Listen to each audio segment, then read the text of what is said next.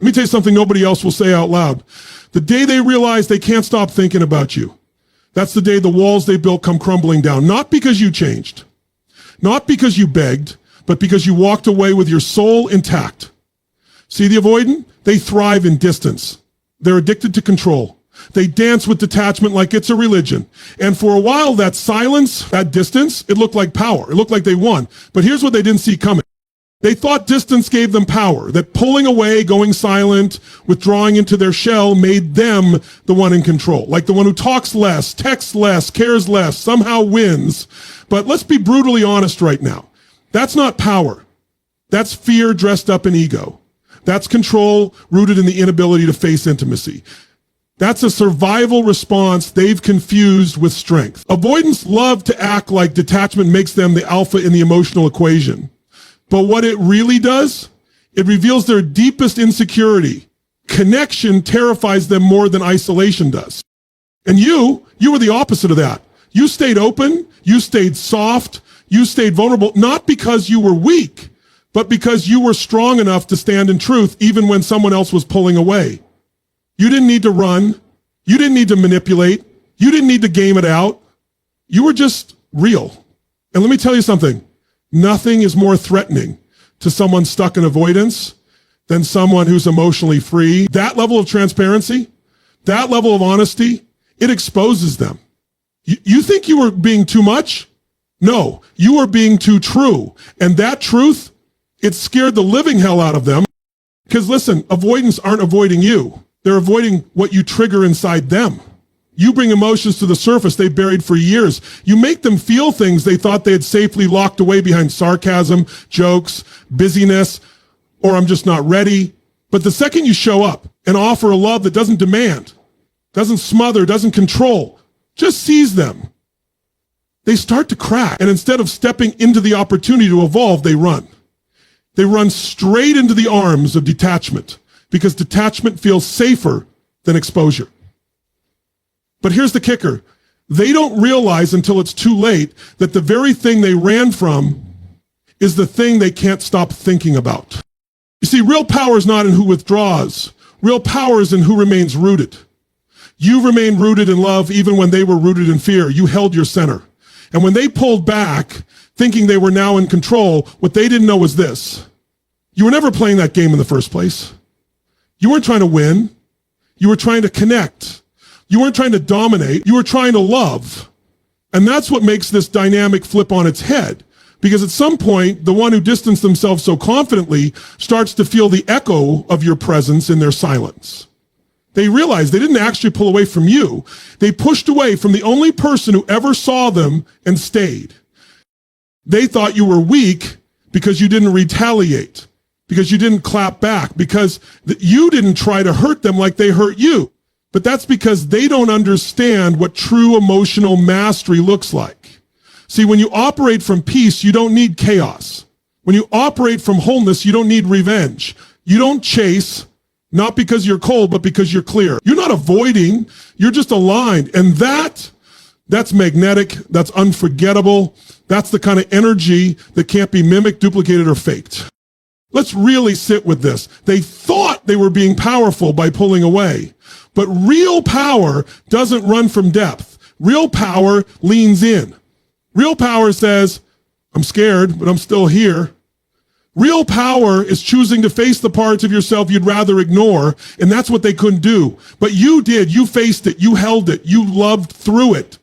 And now that they're sitting in the silence they chose, the distance they created, the isolation they thought would protect them, what do they feel? Not peace, regret, not freedom, longing, and not satisfaction, but the sting of a truth they can't unsee. You were never the one who needed fixing. They were the one who couldn't receive what was already whole. They told themselves they were just not ready, that it was bad timing, that they needed space. But what they really needed was courage, and they didn't have it. So they pretended they were in control by ghosting, by ignoring, by pulling back, like it was some kind of power move. But your response, your silence, your calm departure, that shattered their illusion because they expected you to fall apart, to beg, to chase, to scream. And instead, you just stood tall, nodded to the universe, and walked away with your dignity intact. And that is power. That is energy they'll feel every time they try to connect with someone new and can't. Every time they try to forget and fail. Every time they try to replace and realize you are the real thing, and I need you to let that sink in. You didn't lose because they left. You didn't lose because they withdrew. You won by refusing to shrink just to keep someone who was afraid of your depth. You won by staying rooted in love while they got swept up in avoidance. You won because your energy didn't collapse under the weight of rejection. It rose. It evolved. It became untouchable. And now, the very person who thought they had the upper hand is waking up in cold sweats, realizing they walked away from the safest home their soul ever knew. They thought distance gave them leverage. They thought not answering you made them mysterious. They thought being cold would keep them in control. But all they did was teach you how to live without them. And now that you've healed, now that you've glowed up, now that you've tapped into your worth, your clarity, your peace, they don't know how to reach you anymore. Because your energy now demands what their fear cannot give. And that's the twist they never saw coming. They thought avoiding you would make you want them more, but all it did was reveal that you were never the one who was afraid of love. They were. And now they can't stop thinking about the moment you stopped waiting. Because it was in that moment they finally saw the person they kept at arm's length was the only one who ever truly showed up. They always thought they had the upper hand because they were the ones who went quiet. They were the ones who stopped replying, stopped calling, stopped showing up. They thought silence made them untouchable, unreadable, mysterious, like pulling away gave them power. But here's the truth no one says out loud. Their silence didn't break you.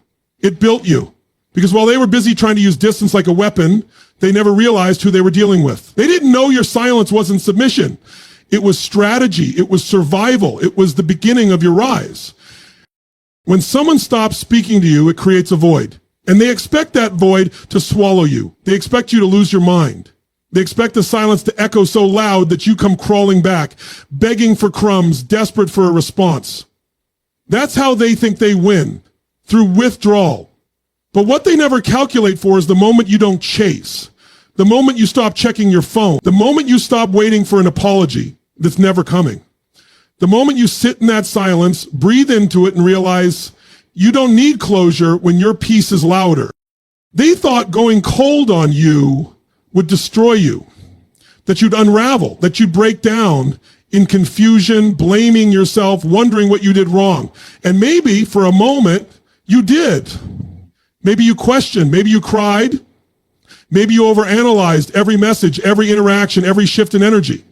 Maybe you even started to think you were the problem. That's what silence does at first. It distorts everything. It makes you doubt your voice. But then something radical happened. You stopped seeking answers outside of yourself. You stopped waiting. You stopped bleeding for someone who wouldn't even hand you a Band-Aid. And that was the day the power flipped. Because your exit, it wasn't loud. It wasn't dramatic. You didn't curse them out or burn bridges or slam doors. No, you just became still. But your stillness carried a weight their silence never could. Your stillness said, I don't need to convince you of my worth. I don't need to explain why I deserved better. I don't need to beg for decency. I'm done. And that's what they never expected. See, silence is only power when the other person keeps giving you energy. But when you go silent too, when you exit the game entirely, that's checkmate. Because now they're stuck with the very void they created. Only now it's turned on them. You were the one who filled the space. You were the light in the room. You were the presence. And now that you're gone, that silence they love so much becomes a prison. Every time they reach for their phone and don't see your name. Every time they post and you don't react. Every time they test the waters and get no response. That silence starts screaming in their ears. And suddenly they realize your exit is the loudest sound they've ever heard. You see, people underestimate quiet strength. They think the person who says less, who doesn't argue, who just lets go, is the one who lost. But you didn't lose when you walked away. You reclaimed your power. You reclaimed your boundaries. You reclaimed your worth. You taught them the loudest way to say you will never treat me like that again is to leave without a show, to leave with dignity, to leave without bitterness, to leave with a full heart and empty hands and still know you're whole. And let me be real, they felt it, even if they don't admit it. Even if they pretend like they're unbothered, like they've moved on, like you were just another story in the archive, don't be fooled. That's a mask. That's ego trying to save face. But the truth is that silence has turned on them. And now your absence is suffocating because they didn't just lose a person. They lost access to your energy. And your energy, it wasn't needy. It wasn't manipulative. It was healing. It was anchoring. It was real. And that kind of connection doesn't show up twice. They thought they could go silent and you'd just be there waiting. They thought they could come and go as they pleased, breadcrumb you, half love you, emotionally ghost you, and you'd stay soft, stay open, stay available. But now they know. Now they understand that love without respect isn't love at all. That the strongest people are the ones who know when to stop giving. That silence isn't just a boundary, it's a message that says, I'm no longer a participant in my own disrespect. So don't you dare think you were weak for staying silent. Don't you dare think your exit wasn't enough, because the strongest message you ever sent was the one they never saw coming. You're done, not hurt, not angry, just done. And when a soul like yours goes quiet, it doesn't whisper, it thunders. It shakes their whole foundation. Because now every new connection they try to build feels like a cover-up. Every temporary high feels like a cheap substitute. And no matter who they try to distract themselves with, they remember the one who left without trying to be remembered. That's your power. That's your grace. You didn't leave to hurt them. You left to heal yourself. And in doing so, you shattered the dynamic they depended on to feel in control. You were their supply. You were their mirror. You were the one person who knew their soul and still chose them. And they didn't know how to receive it, so they silenced you. But now you've silenced them, not out of spite, out of clarity. And I need you to understand something deep in your core. They heard your goodbye. Even though you didn't say it, even though you didn't slam the door, they heard it in your absence. They felt it in your stillness. And they are haunted by it now. Because you were the last soft place they'll ever burn. Let them sit in the silence they created. Let them taste the emptiness they once fed you. Because while they're just now realizing what they lost, you already built something greater from it. They didn't run from you. They ran from what you reflected, from what your presence made impossible to avoid. They didn't ghost because you were too much. They disappeared because, for the first time in their life, they saw themselves clearly.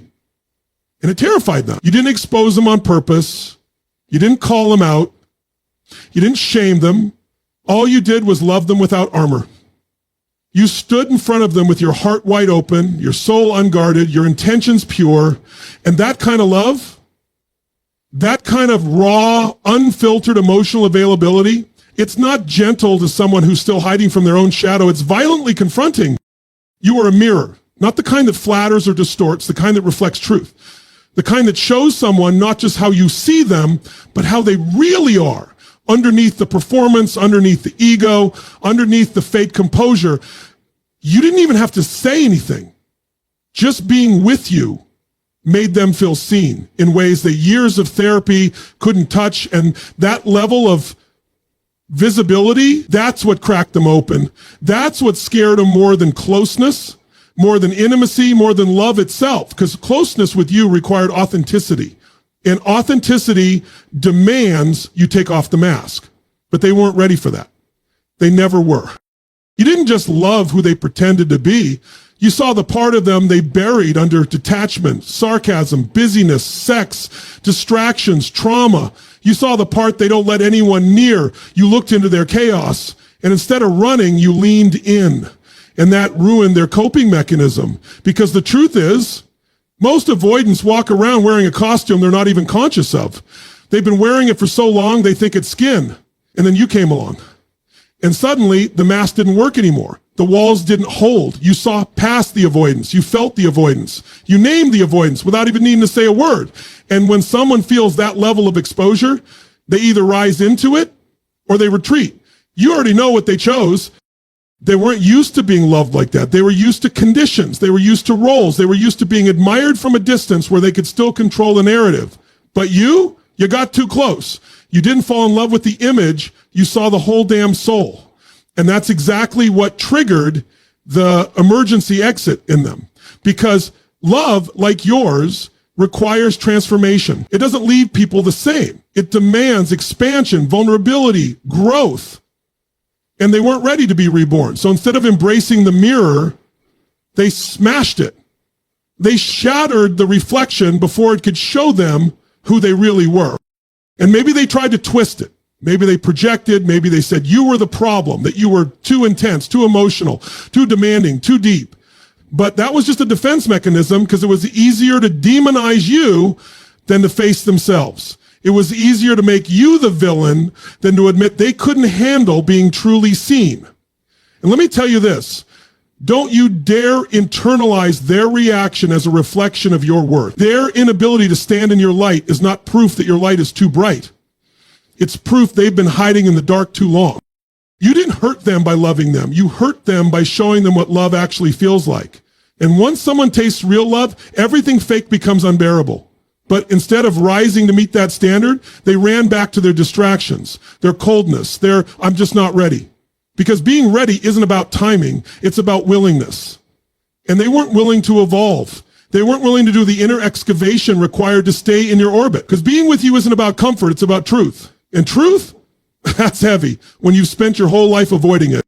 But now the mirror you held up is haunting them. It's not something they can unsee because you showed them what's possible. You showed them what it feels like to be seen without performing, to be loved without pretending, to be understood without needing to explain. And even if they've tried to replace you, even if they've run into the arms of someone easier, someone who doesn't ask for depth, they're realizing something soul-shaking. Numb doesn't feel like peace anymore. Detachment doesn't feel like power anymore. Running doesn't feel like freedom anymore. It just feels like regret, like loss, like the echo of what could have been if they had just chosen to stay in the light instead of running back into the shadows. You didn't ask them to be perfect. You asked them to be real. You didn't demand performance. You asked for presence. And that was the scariest thing of all, because for the first time, they couldn't hide. And now that you're gone, they're not just missing you. They're missing the version of themselves they saw when they were with you. Because love, like yours, reflects potential. It reflects healing. It reflects truth. And when someone loses access to that mirror, they don't just lose a person. They lose a pathway to their higher self. That's what they're grieving. That's what they can't let go of. Not just your laugh, your touch, your voice, but the feeling of being fully known, of being held emotionally without having to perform. And they will chase that feeling now in all the wrong places with all the wrong people because they haven't realized that wasn't a feeling. That was you. That was your energy, your presence, your reflection, and nothing in this world compares to that. So don't ever regret being the mirror. Don't ever regret showing someone their soul. You weren't too much. You were exactly what they asked the universe for. They just didn't expect it to come wrapped in truth. They wanted healing without the pain. They wanted connection without exposure. But you can't have deep love without deep honesty. And you were the bravest one in the room. You walked in with your heart exposed and said, this is me. I'm not here to perform. I'm here to connect. And when they couldn't meet you there, you still held your head high and walked away with your integrity intact. It always flips, doesn't it? The one who played it cool, the one who ghosted, breadcrumbed, pulled back every time things got real. Now they're the one pacing at night, phone in hand, scrolling your old messages, checking if you've watched their story, wondering how someone they once thought would always wait disappeared without a sound. You were the one who used to overthink everything, replaying conversations, wondering if you said too much, cared too deeply, loved too loudly. You were the one staring at the ceiling, trying to make sense of their silence, their distance, their refusal to meet you in the same emotional world you invited them into. But now that you've gone quiet, really quiet, It's not you haunted by the unknown. It's them. They're the one drowning in the what ifs. The obsession isn't loud at first. It starts in silence. It starts with them thinking of you at the most random times. When they hear a song you used to love. When they walk past a restaurant you once went to. When something great or terrible happens, and for a second, they instinctively reach for their phone to tell you. But you're not there. And that absence burns. Because they spent so long avoiding depth, avoiding intimacy, avoiding you, and now all they want is to feel the very thing they once pushed away. But they can't find it in anyone else. They can't manufacture your energy. They can't fake what you gave so naturally. And that realization is the slowest heartbreak of all. They told themselves you were just another connection. They told themselves they could replace you, that it was no big deal, that pulling away was protection, that their peace mattered more. But what they called peace was just avoidance wrapped in self-justification. And now that they finally have the space they claim to need, now that you've stopped reaching, stopped chasing, stopped showing up, they're realizing space isn't peace when it cost you the only person who saw your soul and still stayed. You used to be available emotionally, energetically, spiritually. They could feel you in the room even when you weren't there, but now they feel your absence like a missing limb, and they don't know how to function without it. You were the constant they thought they could keep on the shelf. They thought you'd always be there, heart open, eyes kind, waiting patiently for them to be ready. They thought they could pull you close, then push you away, and you'd keep orbiting around them like a moon around a broken planet. But you finally did the one thing they never expected. You stopped. Not just physically, you stopped sending them light. You stopped hoping for change. You stopped believing they'd return as a better version of themselves. And that silence, that stillness, that peace you now live in, it's louder than any I miss you text they're too scared to send. And now they're stuck in the loop they used to trap you in. They're refreshing your page, rewatching your videos, zooming in on pictures, wondering who you're with, who gets your time, who hears your laugh now. And the worst part, you're not trying to make them feel this. You're not posting to provoke. You're not playing games. You've actually moved on. And that's what breaks them open the most. That they're still obsessed with a version of you that no longer exists. You've evolved. You've elevated. You've become the person they were too scared to grow with. You're not waiting anymore. You're glowing. You're healing. You're attracting people who meet you without fear, who speak without disappearing, who love without resistance. And they see it. Oh, they see it. Every time you pop up unexpectedly on their feed. Every time a mutual friend mentions you. Every time they try to distract themselves, but your name still sits unspoken at the edge of their mind. And now they're in the place you used to be, obsessing, not just because they miss you, but because they can't understand how they lost someone like you. They don't know how to make sense of someone who gave them everything and then had the strength to walk away when it wasn't reciprocated. They're checking their phone more now. They're half-drafting messages they never send. They're talking about you in conversations that circle around your name without ever landing. They're comparing everyone new to you and no one measures up. Because what you gave wasn't transactional. It wasn't performance. It wasn't for show. It was real. And you can't replace real with surface. You can't fake connection once you've experienced soul level resonance. They thought they wanted space, detachment, simplicity, but now they're craving complexity, the kind of depth only you brought into their world. They want to be seen like that again. They want to be held like that again, but they don't know how to recreate what they destroyed. This isn't karma, this is consequence. This is what happens when someone runs from love thinking it's a threat, only to realize it was the safest thing that ever happened to them. And now that safety is gone, and in its place is silence, distance, and the ache of knowing they were loved by someone who really meant it. That's what's got them spinning, because love like that is rare. And they know deep down that they won't find it again. Not like that. Not with you, not in this lifetime. So let them obsess. Let them feel the same weight they once made you carry alone. Let them sit with the versions of themselves they refused to face when they had the chance to grow. Because while they're stuck in the loop, you're free. You're not checking for them. You're not stuck in confusion. You're not waiting for a return.